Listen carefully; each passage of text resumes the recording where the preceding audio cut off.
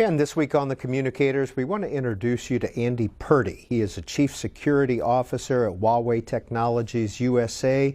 Mr. Purdy, what does that role entail?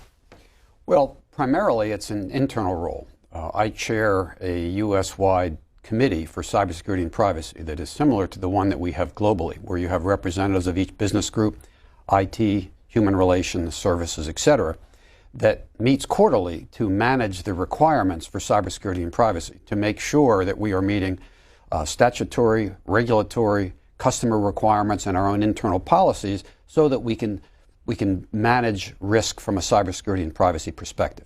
I also work with my government relations and public relations people to talk with customers, talk with stakeholders about issues, and try to drive the conversation forward. Give us a snapshot, if you would, of Huawei. Well, Huawei is a company with over 180,000 people around the world. About 30% of our products come from Huawei.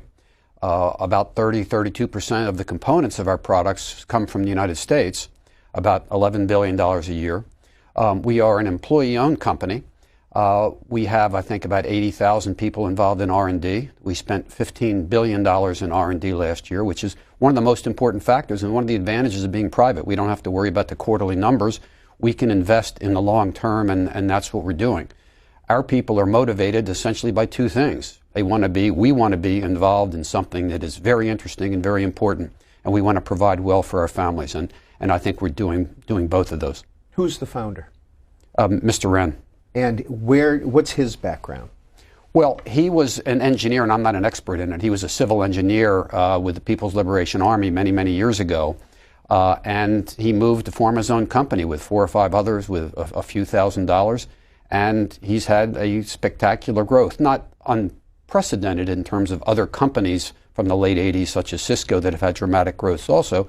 But he has always incentivized people to produce, to innovate, and to be customer-centric. That's the primary focus of Huawei, is to be customer-centric, to understand their needs and their potentials, and to help meet those. And it's not to get every dollar of profit out of every particular contract. It's to take a long view, that if our customers make money and their customers make money, we're all working well together for a common advantage. Do any of us in this room right now have a Huawei product in our hand or in our phones or anything? Well, I have a Huawei phone. I left it in the other room, but no, I don't think so. I don't think so. Why is Huawei considered a threat to national security here in the U.S.? Well, it's a complicated issue. There's not a simple answer to it. There is a geopolitical overlay of the issues related to Huawei. So the U.S. is not safe in cyberspace. And so the U.S. looks at things from a risk perspective, whether it's national security or other risks. Let's bring Drew Fitzgerald of the Wall Street Journal into this conversation. He covers telecom and technology. Thanks for having me. Andy, I'm curious, there have been rules proposed and rules enacted in the U.S. that have essentially all but banned Huawei equipment from being involved in most telecom networks, wireless and wireline networks in the U.S. So what's the status of Huawei's business operations in America now? Well, we have about 1,500 employees in the United States. We have a very strong R&D presence. And as I mentioned, we purchased about $11 billion in U.S. components last year. Our business groups, our carrier business, our enterprise, and our consumer business, we are maintaining our revenues at present. The prohibitions in the National Defense Authorization Act, I think, kick in August of 2019, and those are focused on government contracts, which we do not and are not pursuing, and government contractors. And so there may be a greater potential impact going forward. We believe that in the end, the United States is going to have the kinds of measures in cyberspace that are going to make us a whole lot more secure. When we get to that point, we think we're going to be allowed to compete on a level playing field. But in the meantime, our biggest concern is probably our Tier 3 wireless customers that serve rural America. We believe that our technologies and the services we provide them are essential to farmers and schools and citizens and companies in the rural parts of the United States. So we hope we can maintain that service to serve those people. And you continue doing business with those smaller rural providers in the United States? Yes, we have about 40 of those customers, yes. Around the world, there's been a lot of focus on flaws that have been found in code or vulnerabilities in certain Huawei equipment in places like Italy and places like the UK. Is it possible to secure Huawei devices and networks that run off of them, or is that a pipe dream? Well, it's impossible to eliminate all risk, whether it's 5G or enterprises or whatever. It's impossible to eliminate all vulnerabilities in products. One of the advantages we have, and I do see it as an advantage, is that we are probably one of the most examined and evaluated companies in the world. So the flaws that we have, such as the UK Oversight Board revealed in terms of our software engineering processes, those are the kinds of things that we can improve as part of a continuous improvement process. And that's the kind of thing that we think to make America safer, to make cyberspace safer.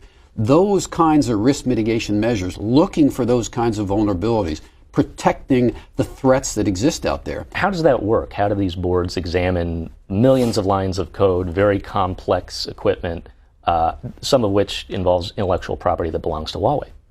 Well, there are different kinds of programs in different parts of the world. So we have the UK program where we make our source code available for review under oversight by the government and in close collaboration with the carriers, including evaluating the updates. We have programs in Canada that the Canadian government doesn't really want to emphasize very much. You see a situation where a private company is addressing risk in Mexico, where we supply major equipment to AT&T down there, and they're not being pressured to remove our equipment because AT&T is one of the best companies in the world about risk mitigation. We're setting up a program in Bonn, Germany, working closely with the country of Germany and with our security service, BSI, to come up with measures and mechanisms that make sense for understanding risk, addressing risk, testing the products against international standards, but they want to put in a program that's going to address the risk from all vendors. We have another model in Brussels. I recently was part of an opening of a transparency center in Brussels in early March. We let companies, customers, and governments come in, or bring their third-party experts. They can come in and evaluate our code. And we think that kind of external evaluation is a real plus, and we'd like to see other of our competitors get the benefits of that as well. Andy Purdy, what's your take on the UK defense minister being fired related to a Huawei issue? I don't know about the details of that. My understanding is that there was an allegation that he had leaked information about preliminary discussions within the UK government, which apparently he describes. What I see that as part of a larger picture. I was over in Warsaw a couple months ago when Vice President Pence and Secretary of State Pompeo, two great Americans, were about to come over, and I was there when they were there. It's amazing the pushback by our closest allies, probably the UK, but Germany, other countries in Europe and other countries around the world that are basically saying, you have not given us, U.S., you have not given us evidence of cybersecurity wrongdoing by Huawei.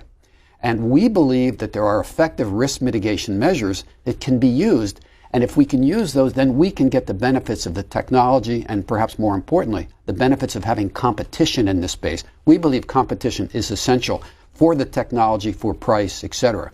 And when you look at, we mentioned before that the U.S. is not safe from a cybersecurity perspective. So what does the U.S. do? There are special risk mitigation programs in effect for our competitors, Nokia and Ericsson, to allow them to do business in the United States.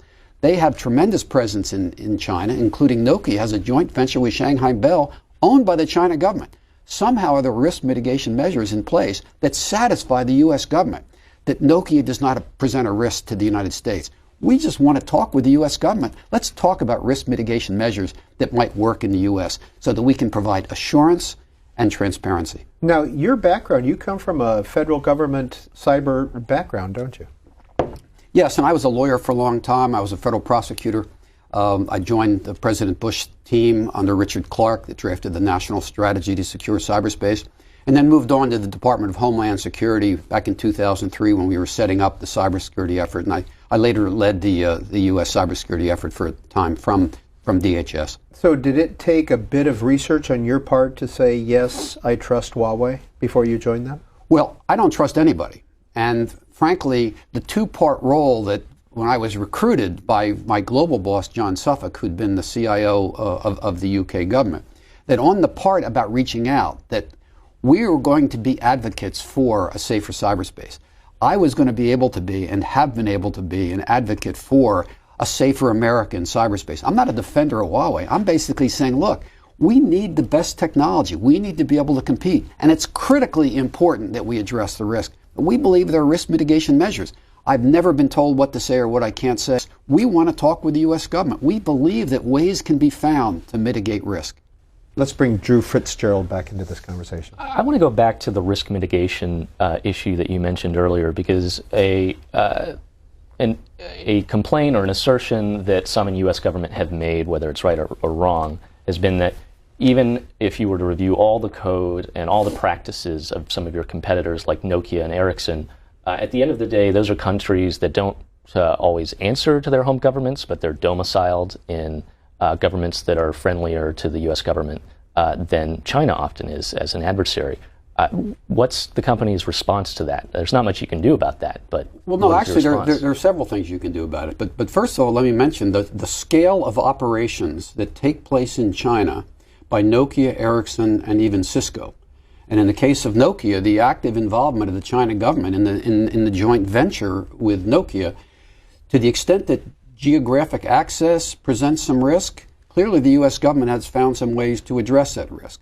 The other thing is, and I saw a comment by the principal deputy of the Director of National Intelligence recently about two issues. One has to do with backdoors, which she said they could test for, and the other has to do with customer data. There are mechanisms to address the risk. The assumption is that because our equipment's in the network, that we have access to all the information. We're not trying to sell into the core for 5G. We just want to sell into the radio access.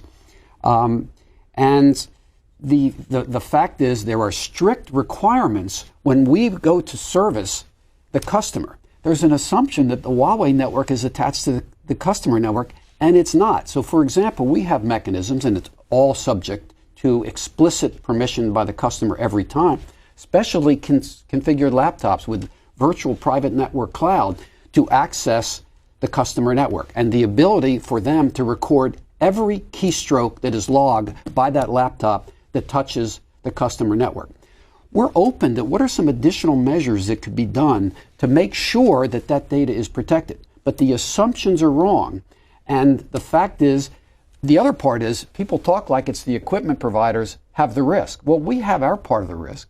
But the carriers, and you saw Chairman Pai of the FCC just recently referenced the fact that our network operators, they own the risk. They control the network. They monitor the inbound, outbound, and internal traffic for anomalous activities. These are your customers. The network operators. Yes, they have their responsibilities. The ISO international standards cover it. The ITU standards out of the UN cover their conduct. Very strict. Plus, they can segment the network so that if there is harm, and we have to assume the bad guys will get in, because you can't eliminate all risk. You segment the network so that when something bad happens, you limit the cascading offense. You can control the impacts. So the fact is that where something comes from is a whole lot less important than you take the attitude than we take when a foreign company buys an American company. The U.S. government requires risk mitigation plan overseen by a committee of government agencies to guarantee that there isn't improper undue influence. We believe that's the way to go. I want to go back to something you mentioned earlier, which is the core of the 5G networks. That's the part of the network where whether it's a cable company or a cell phone company, they can see almost all the traffic that runs across that network. One thing that's interesting about Huawei is you make pretty much every product that's out there. Is the core of 5G networks not a market that Huawei wants to play in?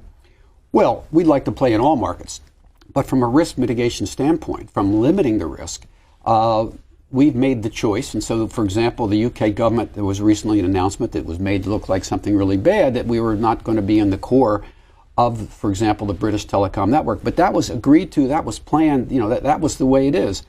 But frankly, the distinction between core and non-core, as the standards develop and as we move toward the full rollout of 5G, with the full rollout of 5G, there will be these viral slices in cyberspace that have particularly strong authentication requirements. So it's much less important, the issue of core versus non-core than it is effective and transparent risk mitigation measures. And we'd love to discuss those. Let me ask you about in the last quarterly report from Huawei.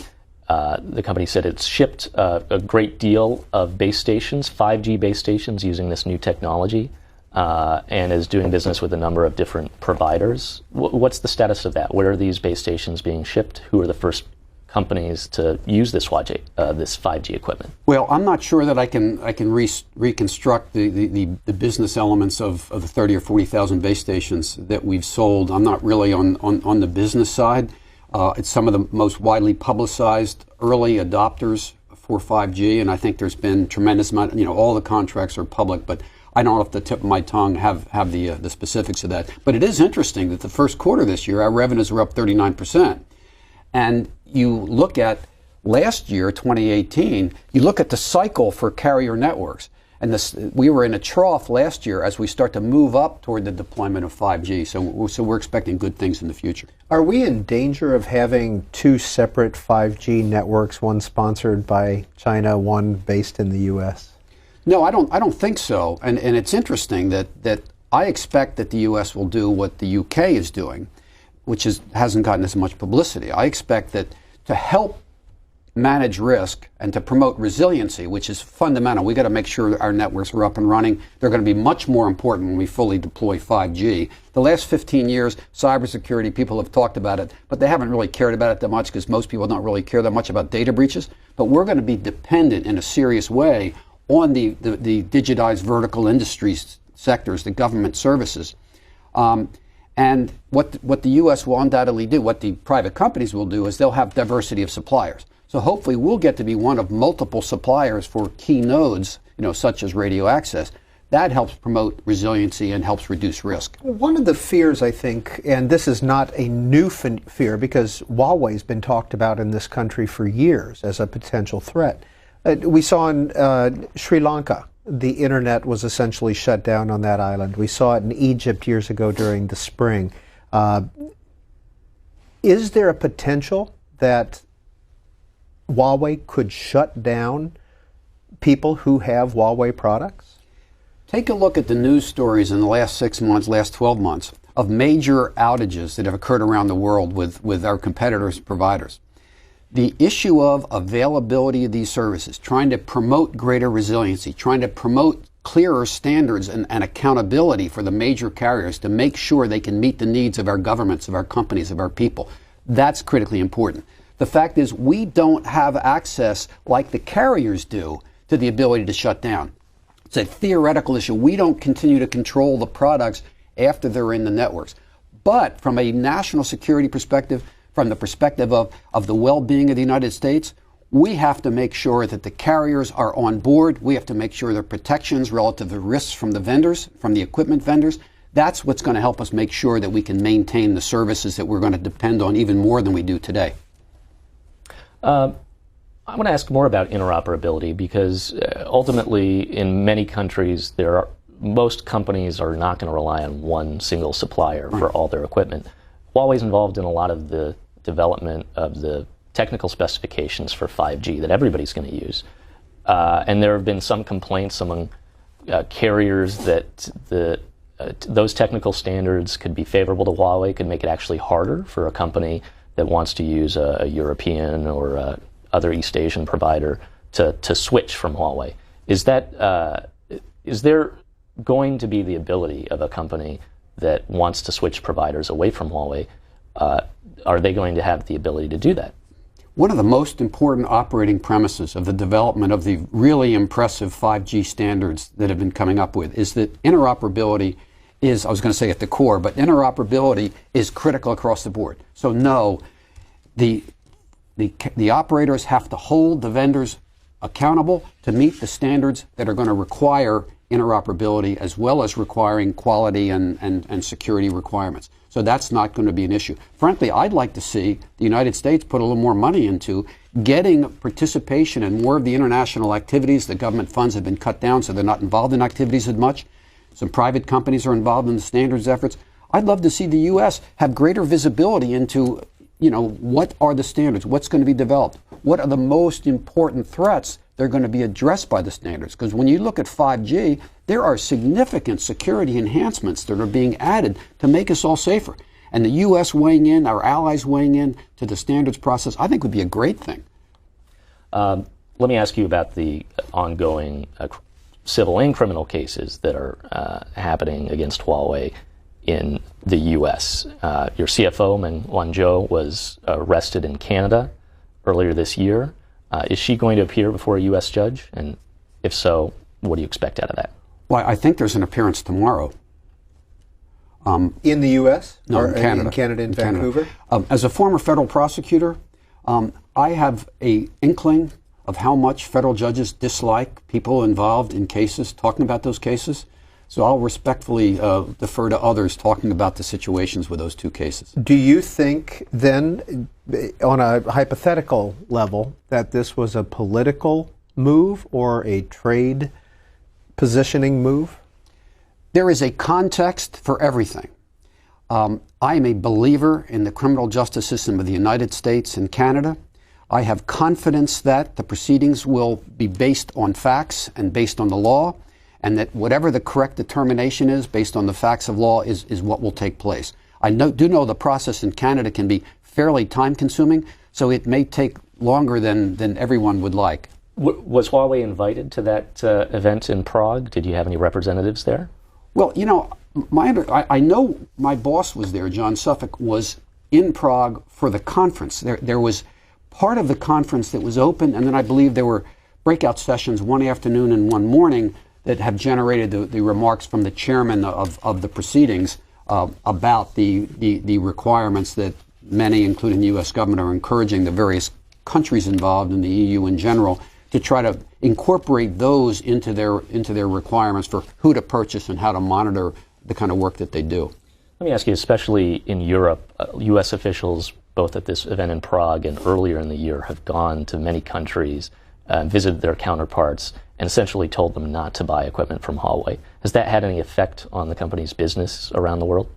I don't think so. And in fact, I've heard some comments by some of the officials of my company saying that the publicity has been a good thing. I'm not going to go there.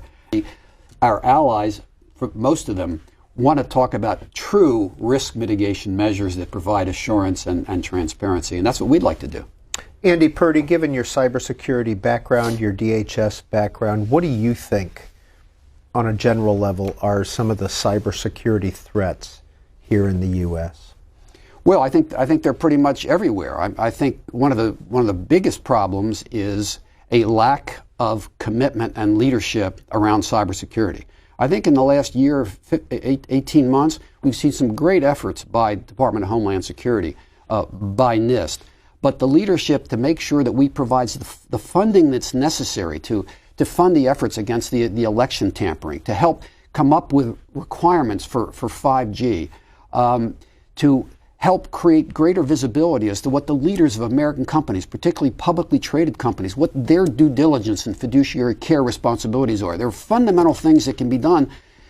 We've got to get more action. We need goals, objectives, goals, and milestones to track progress and know when there's success. We need strict oversight by Congress.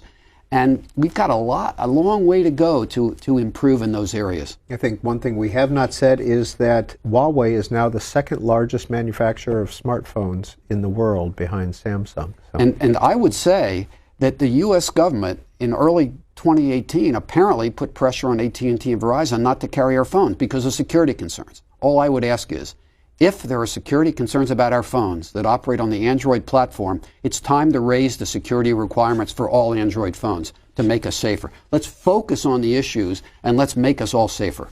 Andy Purdy is the Chief Security Officer for Huawei Technologies USA, and Drew Fitzgerald covers telecom and technology for the Wall Street Journal. Gentlemen, thank you. Also want to note that